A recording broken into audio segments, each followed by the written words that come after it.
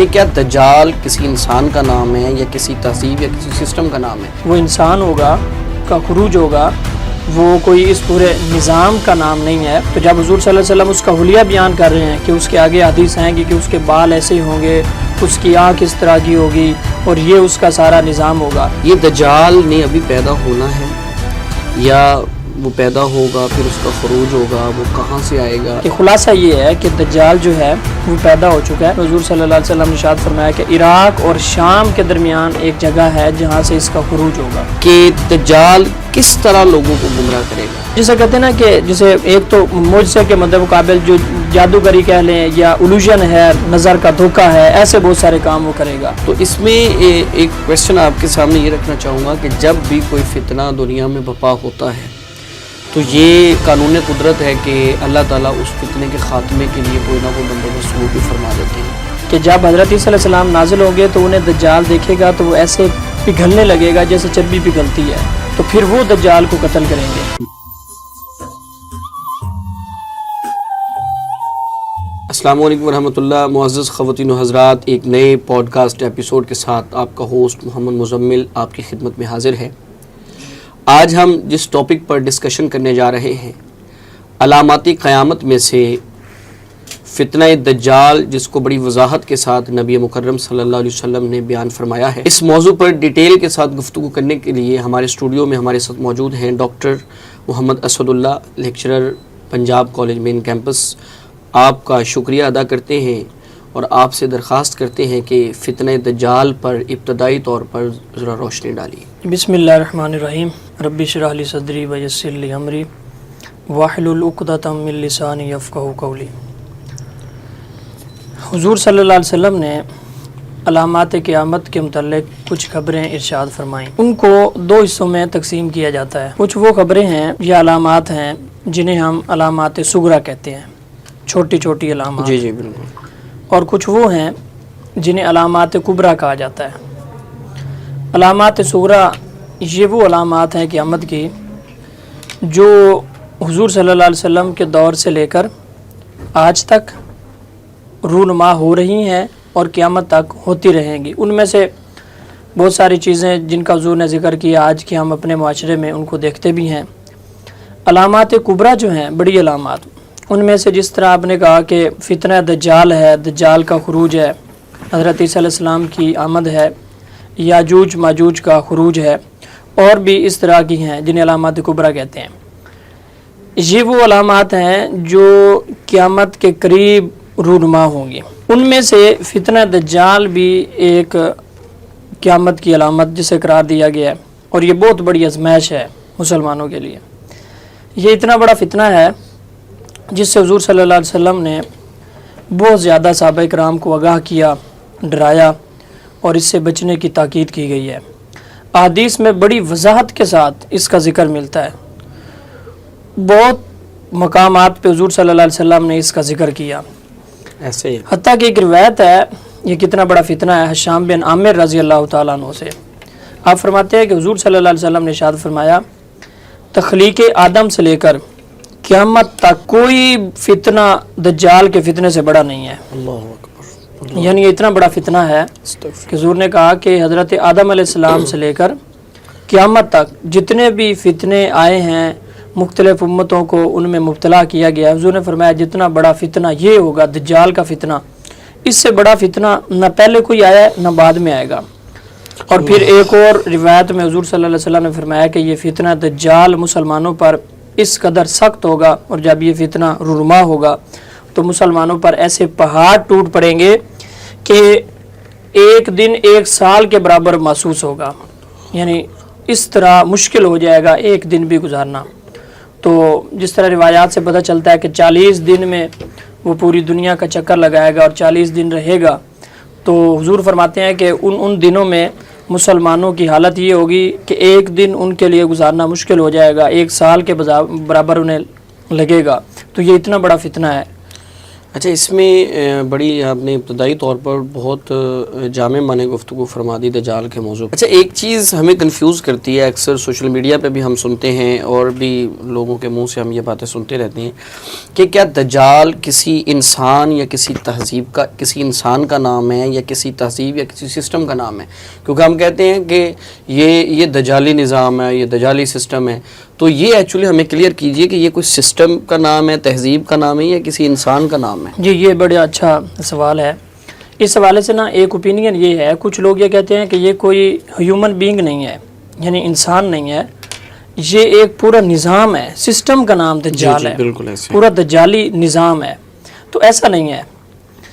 احادیث مبارکہ میں جو اس کی صراحت ملتی ہے ہمیں اور جو وضاحت ملتی ہے، اس میں یہ چیزیں بالکل واضح ہو جاتی ہیں کہ حضور صلی اللہ علیہ وسلم نے جو ارشاد فرمایا، حتیٰ کہ آپ نے اس کا حلیہ بیان کیا، وہ انسان ہوگا اور اس کا خروج ہوگا، وہ کوئی اس پورے نظام کا نام نہیں ہے.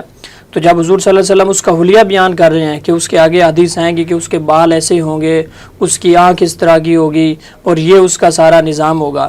ہاں، یہ کہہ سکتے ہیں کہ جو جن فتنوں میں وہ دجال مبتلا کرے گا، یا یہ سارا نظام وہ دجال کنٹرول کرے گا، یا جو خرابیاں اس نے پیدا کرنی ہیں، تو یہ جو تہذیب ہے، یہ جو مغربی کلچر ہے، یا یہ نظام جو ہے، یہ بھی وہی کام کر رہا ہے.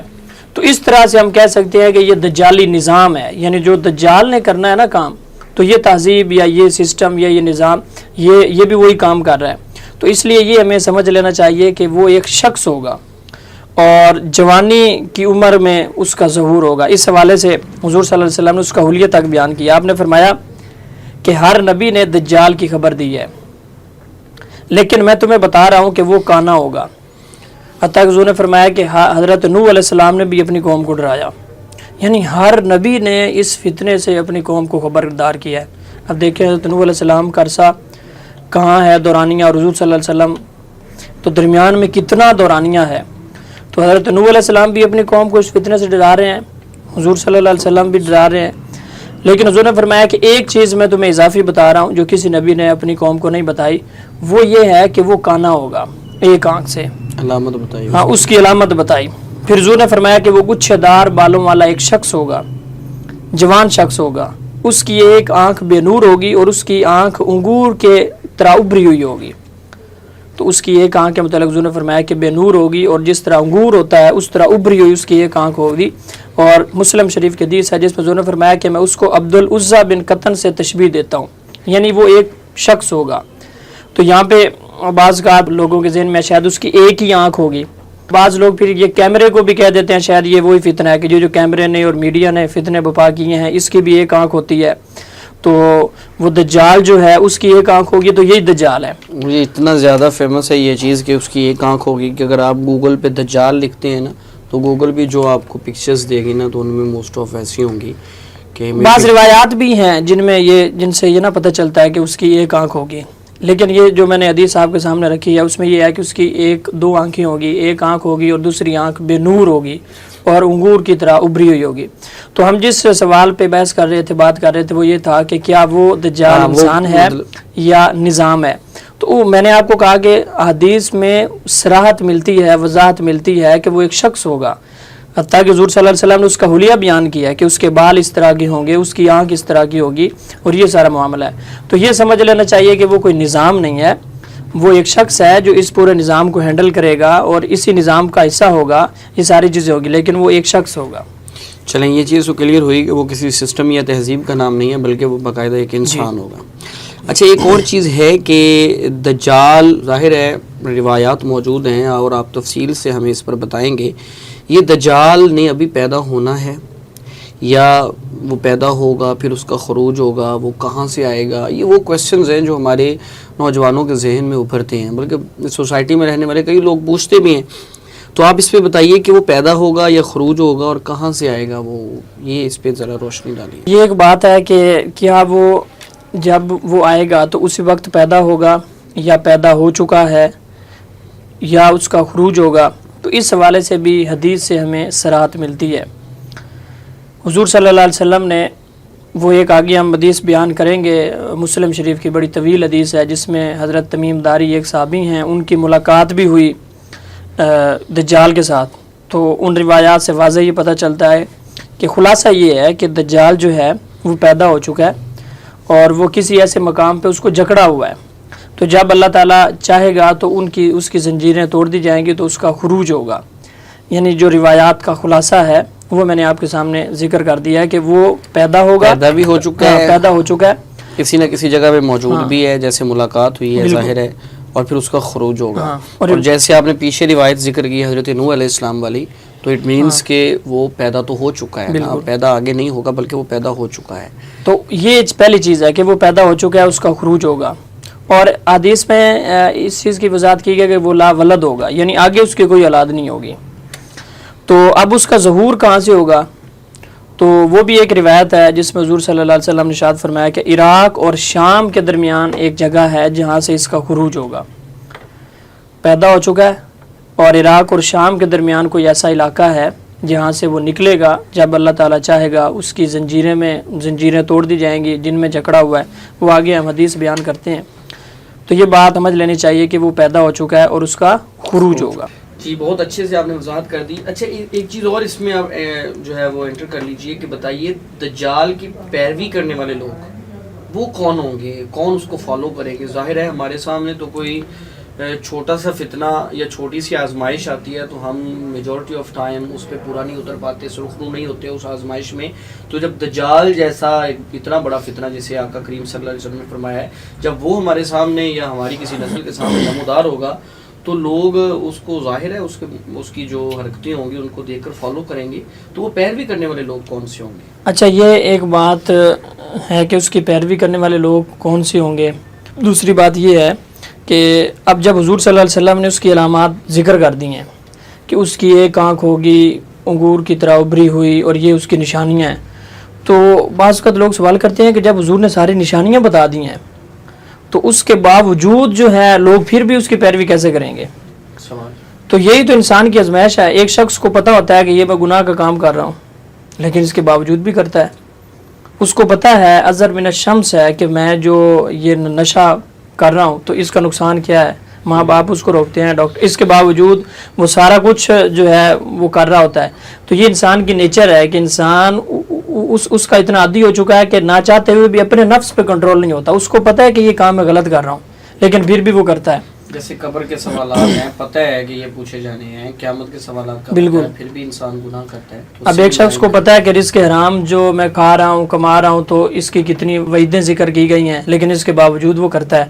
تو اب کوئی کہے کہ یار اتنی واضح جو ہیں حضور صلی اللہ علیہ وسلم نے قرآن سے ہمیں تعلیمات ملتی ہیں پھر بھی کیسے کوئی شخص رزق حرام کھا سکتا ہے؟ حدیث ہے انس بن مالک سے روایت ہے، وہ کہتے ہیں کہ حضور صلی اللہ علیہ وسلم نے ارشاد فرمایا کہ اصفہان کے یہودیوں میں سے 70,000 لوگ اس کی پیروی کریں گے.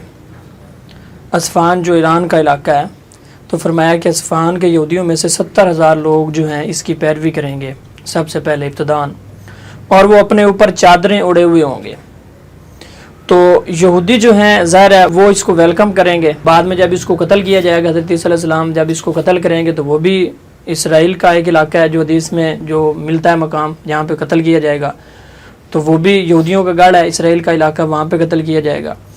اب اس وقت اصفہان میں یہودیوں کی تعداد بہت کم ہے. حضور نے تو فرمایا 70,000 لوگ یہودی جو ہیں وہ اس کی پیروی کریں گے. اس وقت اصفہان میں یہودی ہیں، ان کی تعداد بہت کم ہے، لیکن چونکہ حضور صلی اللہ علیہ وسلم نے ایک پیشن گوئی کی ہے، بتایا ہے کہ اتنے یہودی ہوں گے، جب وہ آئے گا تو ہو سکتا ہے وہاں پہ یہودی اتنے جمع ہو جائیں، بلکہ ہوں گے جب حضور صلی اللہ علیہ وسلم نے فرما دیا ہے. تو یہ ابتداء جو ہیں وہ اس کی پیروی کرنے والے ہوں گے یہودی. تو نیکسٹ ہم یہ ڈسکس کریں گے کہ ہر چیز کی ظاہر ہے کچھ نہ کچھ علامات ہوں گی لوگوں کے سامنے جو اس کی پہچان کرنے کے لیے. تو دجال کب نکلے گا اور اس کے نکلنے سے پہلے، ویسے تو ذکر کر دی گئی نا، لیکن کچھ چیزیں ہیں جو سے اس کے نکلنے سے پہلے کچھ علامتیں ہوں گی جب پتہ چلے گا کہ اب یہ ٹائم ہے. تو ایسی کوئی علامات جو آپ صلی اللہ علیہ وسلم نے ذکر کی ہوں، حدیث میں موجود ہوں، تو وہ ہمارے ناظرین تک پہنچائیے پلیز. اچھا، حدیث میں اس کا قرب قیامت کا ذکر ملتا ہے. ایگزیکٹ کوئی فگر یا کوئی ایسا نہیں ہے کہ جس طرح ہم بعض اوقات کئی لوگ اس میں ایکسٹریم کی طرف چلے جاتے ہیں تو ان کی کوشش ہوتی ہے کہ اسی سال ہی نکال دیں دجال کو 2025 میں ہی. تو ایسا نہیں ہے. وہ 2015 سے نکال رہے ہیں کہ اس سال آ گیا دجال، اس سال آ گیا. تو ایسا نہیں ہے. حضور صلی اللہ علیہ وسلم نے اس کی جب چیزیں ذکر کی ہیں قرب قیامت میں ہوگا، کچھ علامات ہیں، کچھ چیزیں ہیں ذکر کی ہیں، اس کی ہمیں اس فتنے سے پناہ مانگنی چاہیے.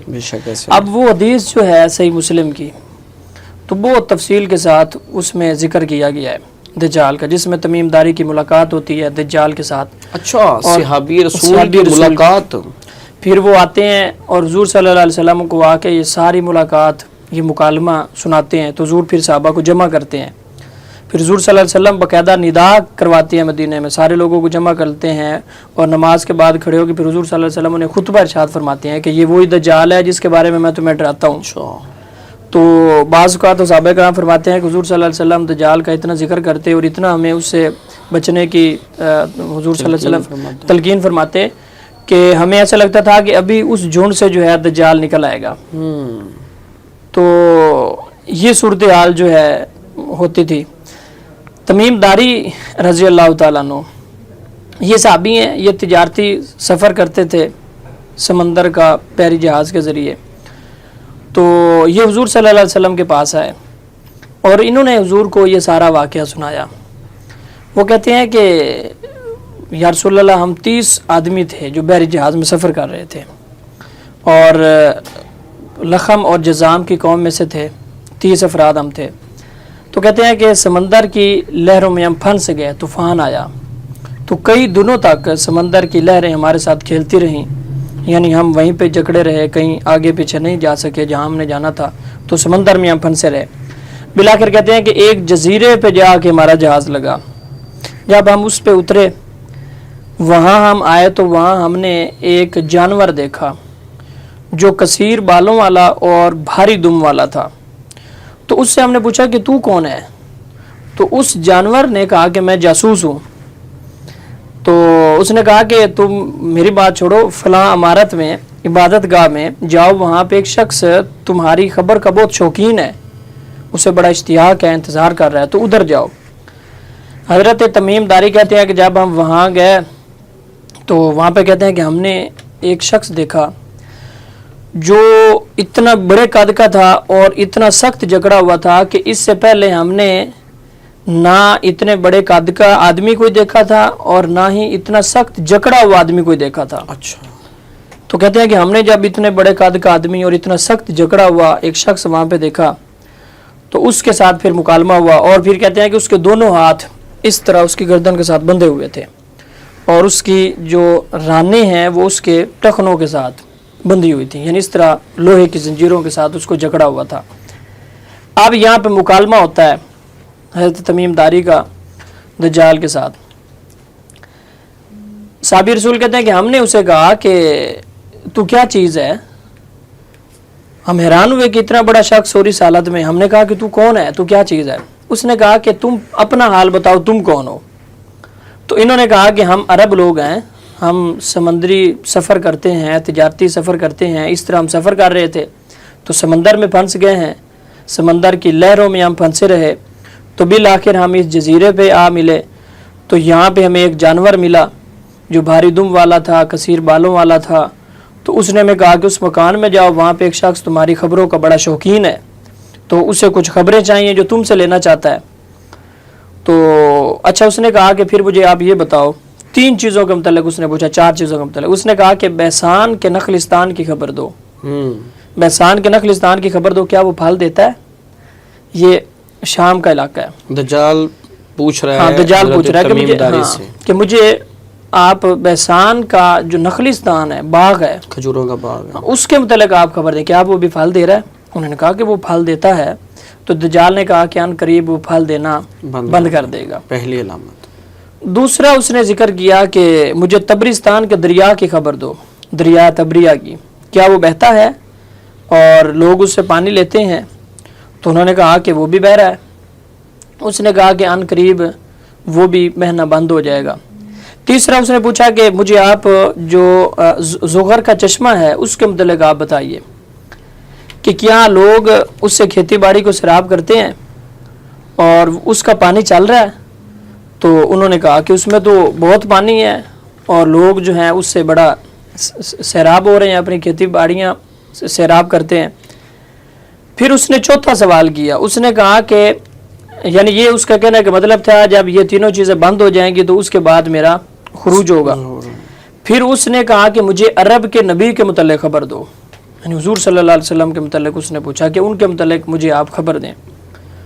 تو انہوں نے کہا کہ وہ تو مکے سے مدینہ کی طرف تشریف لے آئے ہیں. اس نے کہا کہ پھر انہوں نے اس نبی نے عرب والوں کے ساتھ کیا کیا ہے. حضور صلی اللہ علیہ وسلم نے عرب والوں کے ساتھ کیا معاملہ کیا ہے. یعنی وہ پوچھنا یہ چاہ رہا تھا کہ وہ اپنی تعلیم اور تبلیغ کے ذریعے ان پہ غالب آ چکے ہیں کہ نہیں. تو انہوں نے کہا کہ وہ تو ان پر غالب آ گئے ہیں. اس نے کہا کیا واقعی ایسے ہو گیا وہ ان پر غالب آ گئے ہیں. پھر دجال نے کہا کہ اگر واقعی ایسے ہو چکا ہے تو پھر خبردار رہو، عرب والوں کے لیے بہتر ہے کہ وہ آپ کی پیروی کریں. عرب والوں کے لیے بہتر ہے کہ وہ آپ کی پیروی، یعنی ان کے لیے بہتری اسی میں ہے کہ حضور صلی اللہ علیہ وسلم کی پیروی کریں. جب یہ بات ہو چکی تو پھر دجال نے اپنے متعلق کہا. اس نے کہا کہ میں دجال ہوں. دجال سے نکلا ہے نا، تو دھوکہ دینے والا، فریب دینے، تو سب سے بڑا دجال دھوکہ دے گا لوگوں کو. تو اس نے کہا کہ میں دجال ہوں، ان قریب مجھے نکلنے کی اجازت ہوگی، میں نکلوں گا، کسی بستی کو نہیں چھوڑوں گا. اور اس نے کہا کہ 40 رات کے اندر میں ہر بستی میں جاؤں گا، یعنی پوری دنیا کا چکر لگاؤں گا 40 دنوں میں. یعنی یہ اس کو اللہ کی طرف سے ظاہر ہے اس کو یہ طاقت دی گئی ہوگی، اس لیے تو وہ فتنہ ہے، آزمائش ہے. بالکل ایسے ہیں. تو 40 دنوں کے اندر اس نے کہا کہ کوئی روئے زمین پہ ایسی بستی نہیں ہوگی جس کا میں چکر نہیں لگاؤں گا، جہاں پہ میں نہیں جاؤں گا، ہر جگہ پہ جاؤں گا. لیکن اس نے کہا کہ ہاں 2 چیزیں ہیں، 2 مقامات ایسے ہیں، ایک مکہ اور ایک طیبہ. یہاں پہ میں نہیں جا سکوں گا. جب میں مکے میں انٹر ہونے لگوں گا یا طیبہ میں انٹر ہونے لگوں گا تو میرے سامنے فرشتہ ننگی تلوار لے کے آ جائے گا اور وہ مجھے ان دونوں مقامات پہ نہیں جانے دیں گے. ان دونوں میں میرا داخلہ حرام ہے، ان 2 بستیوں میں نہیں جا سکوں گا. پھر حضور نے کہا کہ جب یہ ساری بات حضور نے سنا لی، پھر حضور نے کہا کہ یہی طیبہ ہے، یہی طیبہ ہے، یہی طیبہ ہے. یعنی دجال نے جس طیبہ کا، مدینہ کا جگہ کا ذکر کیا ہے مکہ کے بعد، وہ یہی جگہ ہے کہ یہاں پہ وہ نہیں مدینہ المنورہ کی بات، وہ یہاں پہ نہیں جا سکے گا. تو یہ ہے وہ صحابی رسول کا پورا مکالمہ. پھر جب یہ بات ہو گئی تو حضور نے کہا کہ اب دیکھا نا جس دجال سے میں تمہیں ڈراتا ہوں تو یہ وہی دجال ہے جس کی تمیم داری کے ساتھ ملاقات ہوئی ہے. تو یہ سارا واقعہ اب جو انہوں نے سنایا تھا حضور صلی اللہ علیہ وسلم کو، پھر حضور نے سارے صحابہ کو، لوگوں کو جمع کر کے حضور نے بھی پھر انہیں سنایا. یہ بڑی انٹرسٹنگ باتیں آپ نے بتائی ہیں کہ دجال، صحابی رسول نے دجال سے ملاقات کی ہوئی ہے. تو یہ بڑی انفارمیشن ہے ہمارے لیے. ہم جب ناظرین تک یہ پہنچائیں گے تو امید ہے کہ ناظرین ہمارے جو ہے وہ اس سے خوب لطف لیں گے اور ان کے علم میں بھی اضافہ ہوگا اور وہ اس کو انشاءاللہ وائرل بھی کریں گے، آگے لوگوں تک پیغام، یہ حدیث جو ہے لوگوں تک پہنچائیں گے. تو ہم اگلے سوال کی طرف بڑھتے ہیں کہ دجال ظاہر ہے ایک شخص ہے، ایک فتنہ ہے، امت کے اندر نمودار ہوگا، امت کو گمراہ کرے گا. تو ہم نے امت کو الرٹ کرنا ہے، وارن کرنا ہے. تو ہم چاہیں گے کہ دجال کس طرح لوگوں کو گمراہ کرے گا، اس پر تھوڑا آپ روشنی ڈالیں. وہ گمراہ کرنے کے اسباب کیا ہیں، وہ کیسے گمراہ کرے گا، یہ بتائیے. جی بالکل، وہی میں نے پہلے بھی ذکر کیا ہے کہ یہ ایک سوال ہوتا ہے کہ جب حضور صلی اللہ علیہ وسلم نے پہلے ساری چیزیں کلیئر بتا دی ہیں کہ یہ دجال ہے، یہ اس کی علامت ہوگی، یہ نشانی ہوگی. بلکہ حضور صلی اللہ علیہ وسلم کے دور میں ایک شخص تھا تو جس کو سیاد کہتے تھے، اس کا نام تھا. تو اس پہ کچھ صحابہ کرام کو شک تھا، یعنی اس میں کچھ علامات ایسی تھیں، تو وہ بھی حدیث ہیں. تو کئی صحابہ تو بڑے یقین کے ساتھ کہتے تھے کہ یہی دجال ہے. مطلب یہ ہے کہ لوگ کہتے ہیں کہ جب حضور صلی اللہ علیہ وسلم نے اس کی ساری علامات بیان کر دی ہیں جی جی، تو وہ پھر کیسے جو ہے لوگ اس کے باوجود اس سے گمراہ ہوں گے. اس کی وجہ یہ ہے کہ اس کے دجال کے ہاتھ پہ بہت سارے مہیر امور ظاہر ہوں گے، واقعات جو جسے کہتے ہیں نا کہ جسے ایک تو معجزے کے مقابل جو جادوگری کہہ لیں یا الوژن ہے، نظر کا دھوکہ ہے، ایسے بہت سارے کام وہ کرے گا. اچھا. اور خدائی کا دعویٰ کرے گا. جب لوگ یہ دیکھیں گے کہ اس کے ساتھ جنت اور دوزخ بھی ہے اور وہ بادلوں کو حکم دیتا ہے تو بادل جو ہیں وہ پانی برسائیں گے، اور وہ زمین کو حکم دیتا ہے تو زمین جو ہے وہ سبزہ اگائے گی. بنجر زمین سے جب سبزہ اگے گا اور پھر لوگوں کے سامنے جب وہ کہے گا کہ اس شخص کو میں قتل کر کے دوبارہ زندہ کرتا ہوں، تو لوگ جب اس کے یہ کام دیکھیں گے، لوگوں کی عقلیں جو ہیں ان کو حیرت میں ڈال دے گا، تو لوگ پھر جو ہے اس کے پیچھے چل پڑیں گے. قتل کر کے زندہ کرے گا. اس حوالے سے بخاری شریف کی ایک حدیث ہے جس میں حضور صلی اللہ علیہ وسلم فرماتے ہیں کہ جب وہ پوری دنیا کا چکر لگائے گا تو مدینے میں جب آنے لگے گا وہاں پہ اس وقت مدینے کا سب سے اچھا شخص جو ہوگا، نیک شخص، اس کے ساتھ اس کی ملاقات ہوگی. جب وہ پہچان لے گا وہ شخص کہ یہ دجال ہے تو وہ کہے گا تو دجال ہے. دجال کہے گا کہ اچھا، لوگوں سے کہے گا کہ اس شخص کو میں تمہاری آنکھوں کے سامنے قتل کر کے دوبارہ زندہ کروں، پھر بھی میرے بارے میں شک کرو گے. تو پھر وہ ایسے ہی کرے گا، اس شخص کو قتل کر دے گا، اس کو دوبارہ زندہ کرے گا. تو وہ کہیں گے کہ اب تو مجھے یقین ہو گیا کہ واقعی تو دجال ہے، کہ جو حضور صلی اللہ علیہ وسلم نے تیری نشانیاں بتائی تھی کہ وہ قتل کر کے زندہ کرے گا تو یہ تو نے کر دیا. پھر حضور فرماتے ہیں وہ اس کو قتل کرنے لگے گا اور اس کو مارنے لگے گا، لیکن وہ اس کو مار نہیں سکے گا. تو یہ جو ہے نا، جو ایسے واقعات اس کے ہاتھ پہ رونما ہوں گے تو لوگ ان سے بھی متاثر ہوں گے. اور دوسری بات یہ ہے کہ یہ جو مادی دنیا ہے یہ اس کا سب سے بڑا ہتھیار مادہ پرستی ہوگی. ظاہر ہے اس وقت جو بندہ اپنے آپ کو مادیت پرستی میں آگے سے آگے بڑھاتا چلا جائے گا وہ دجال کے فتنے میں بھی آ جائے گا. جو جسے کہتے ہیں نا کہ جس شخص کا اڑنا بھی چھوڑنا ہی مادیت پرستی ہو جائے گی تو دجال بھی انہی چیزوں کو لے کے چلے گا. تو وہ لوگ پھر اس سے بچ نہیں سکیں گے. یعنی ایمان کی مضبوطی جس کی نہیں ہوگی اور جو ان چیزوں کو جسے کہتے ہیں نا، جس کو دنیا چلا رہی ہے مادیت پرستی، یہ جسے کہتے ہیں یہ میٹیریلزم کے ساتھ جو بندہ چل رہا ہے، جس کا اڑنا بچھوڑنا یہی ہے، تو شیطان بھی اسی چیز کو لے کے چلے گا. اس بندے پر دجال کو زیادہ محنت نہیں کرنی پڑے گی. بالکل ظاہر ہے جو پہلی مادہ پرست ہے وہ پہلے ہی تیار ہو چکا ہے. یہاں پہ میں برے صغیر کے لوگوں کا ذکر تو اسپیشلی کرنا چاہوں گا کہ ہمارے ہاں جتنے یہاں پہ مزارات اور جو ہمارا ایک درباری سسٹم ہے، لوگ چھوٹی سی کوئی پیر کی کرامت دیکھتے ہیں اور بچھ جاتے ہیں. تو جب دجال اتنے بڑے بڑے کرے گا، دکھائے گا کرتب، تو لوگ تو آٹومیٹیکلی اس کے پیچھے نکل پڑیں گے. جی بالکل ایسے ہی ہے. اچھا تو سر ہم اب وائنڈ اپ کرنے کی طرف بڑھ رہے ہیں.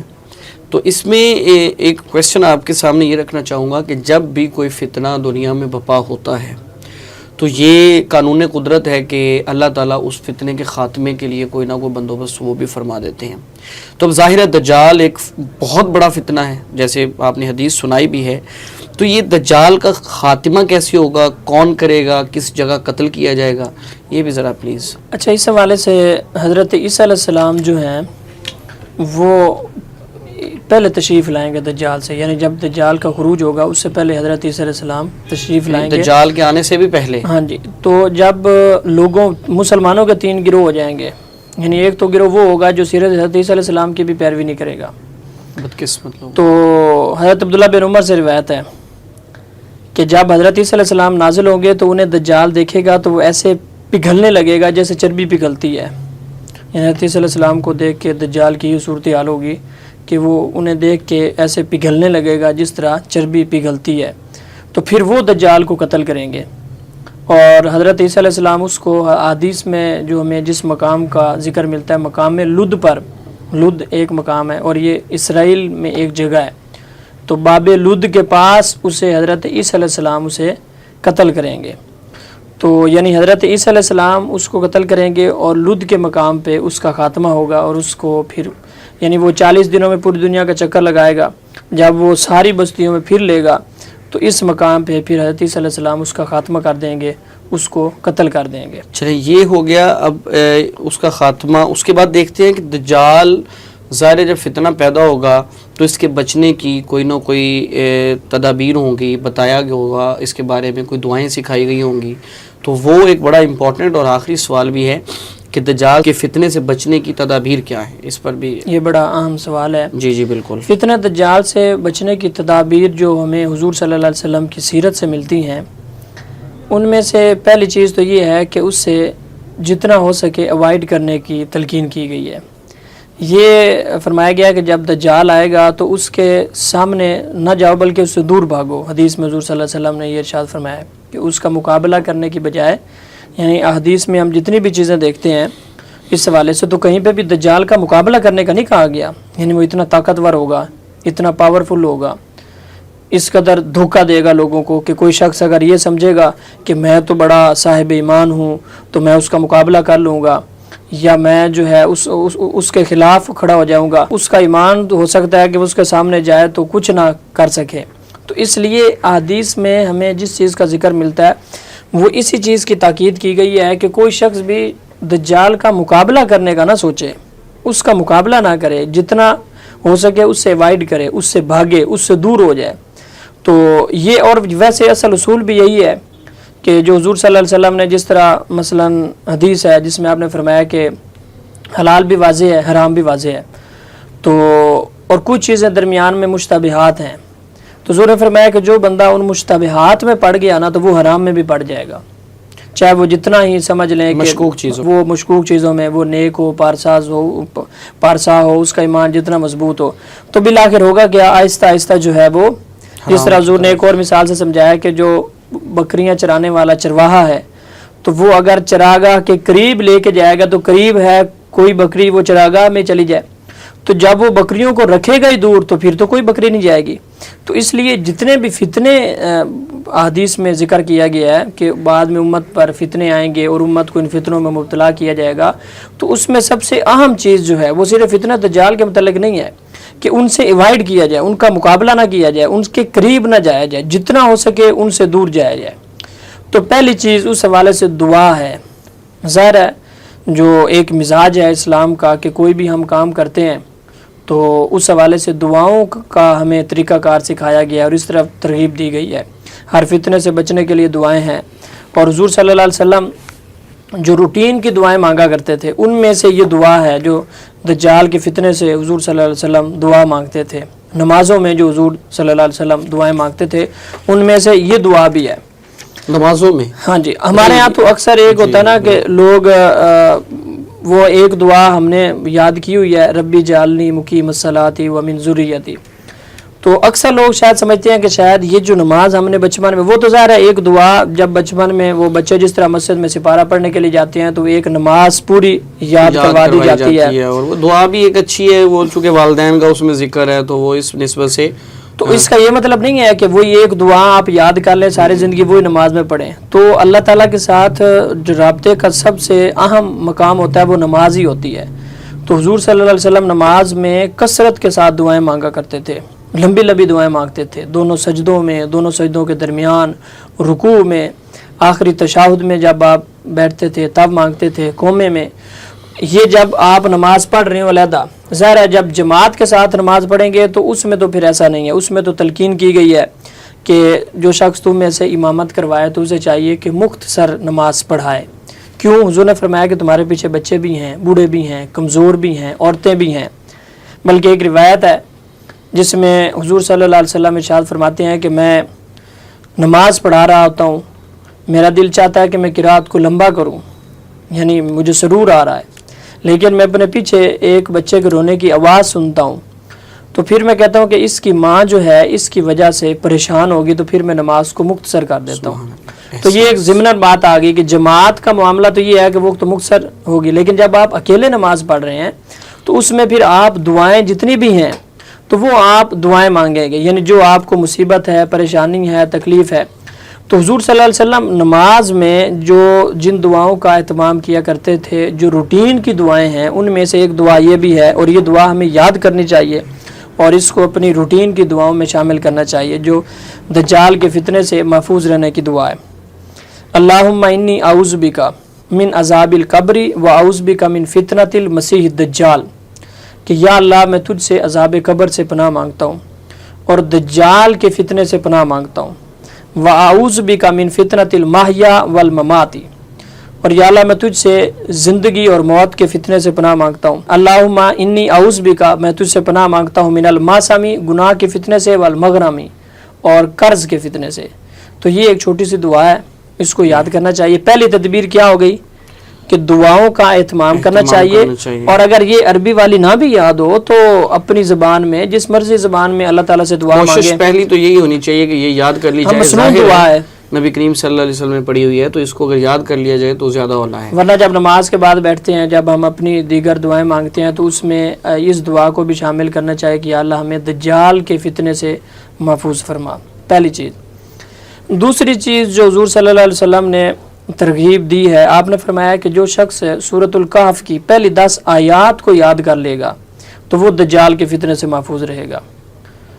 اور دوسرا آپ نے فرمایا کہ جمعے والے دن جو بندہ سورۃ کہف کی تلاوت کرتا ہے تو وہ بھی دجال کے فتنے سے محفوظ رہے گا۔ اس کی ایک معنوی تعبیر بھی ہے۔ سورۃ کہف کی جو پہلی 10 آیات ہیں ان میں مال کے فتنے کا ذکر کیا گیا ہے، اور حضور صلی اللہ علیہ وسلم نے ارشاد فرمایا کہ میری امت کا، ہر امت کا ایک فتنہ ہوتا ہے، میری امت کا فتنہ مال ہے۔ فرمایا کہ ایک وقت آئے گا کہ لوگ یہ نہیں دیکھیں گے کہ میں حرام کما رہا ہوں یا حلال کما رہا ہوں، کہاں سے آ رہا ہے، کیسے کما رہا ہوں، صرف یہ دیکھیں گے کتنا کما رہا ہوں۔ حضور نے فرمایا کہ ہر امت کا ایک فتنہ ہوتا ہے، میری امت کا فتنہ مال ہے، کہ مال کی محبت میں اور مال کے فتنے میں ان کو مبتلا کر دیا جائے گا۔ تو سورۃ الکہف میں اس فتنے کے متعلق آیات ذکر کی گئی ہیں کہ جو بندہ ان 10 آیات کو پڑھے گا، حفظ کرے گا، یاد کرے گا، اور اس کے دل سے مال کی محبت نکل جائے گی، جو ہم نے شروع میں بات کی ہے کہ یہ جو مادیت کا فتنہ ہے، مادیت پرستی کا، تو یہ دجال کا ٹول ہے، دجال بھی اسی فتنے کو استعمال کرے گا۔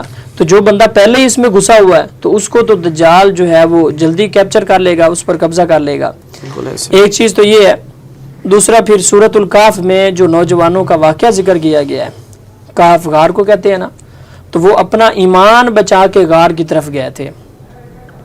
تو یہ بھی جب سورۃ الکہف کو پڑھے گا تو اس میں کیا ہے، در پردہ یہ تعلیم دی گئی ہے کہ جس طرح انہوں نے اپنا ایمان بچا کے غار کی طرف چلے گئے تھے، جب دجال کا فتنہ آئے تو تم بھی اپنے آپ کو کسی غار میں سمیٹ لو۔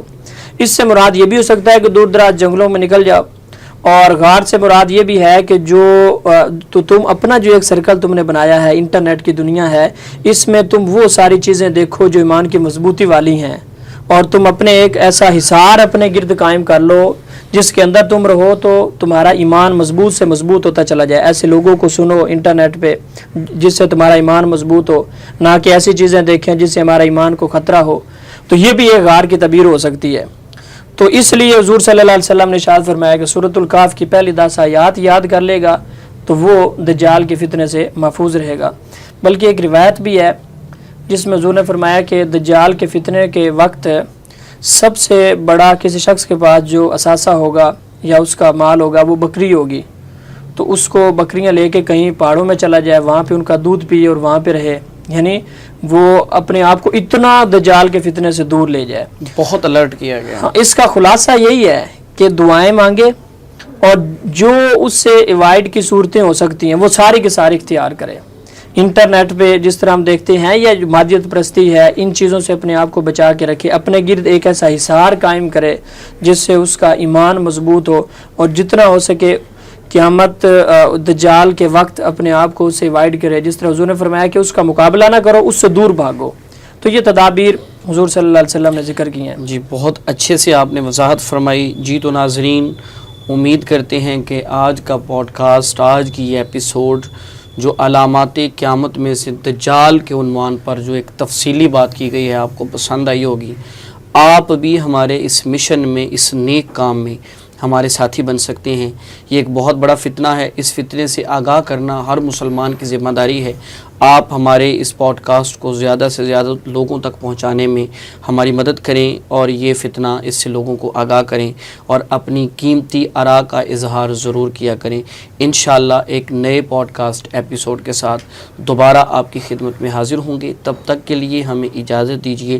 والسلام علیکم ورحمۃ اللہ۔